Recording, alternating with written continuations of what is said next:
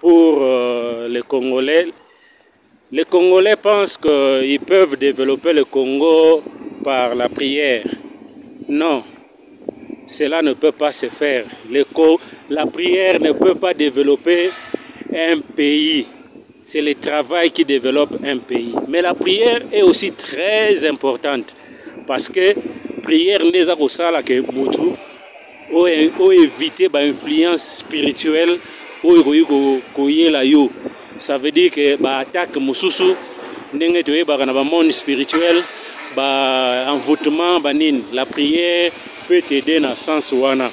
Mais ça la que prière ndé ça la que okoma na mbongo okoma riche o se développer ezaka musala ndé mutu ekoki kosala yango.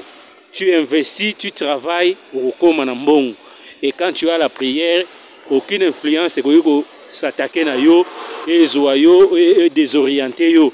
Parce que okomona mutu azokoluka a entreprendre et influence moko extérieure et bandi kolongola ende tina makanisi wana po akosala eloko azana ngoposa et ça que ce que makasi spirituellement oza makasi na prière nde okozala kaka orienté vers objectif na yo. Prière nde za ko simba yo na ndenge wana.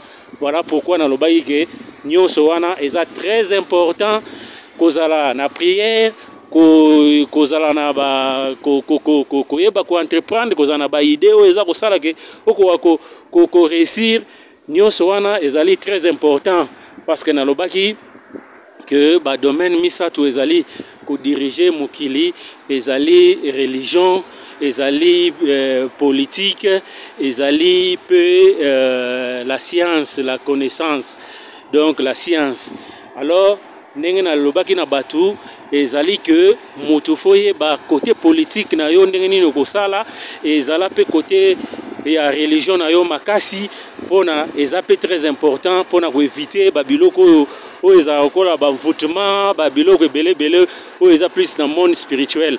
Et là où j'avais dit que Jésus-Christ est très important na côté wana et heureusement que Jésus-Christ ayaki pour nous rendre biso libre surtout na makambo ya ndenge wana. Voilà pourquoi naza ko interpeller ba Congolais pour ba koma na esprit à ko entreprendre, pour ba koma na esprit à ko investir. J'ai dit et je vous remercie.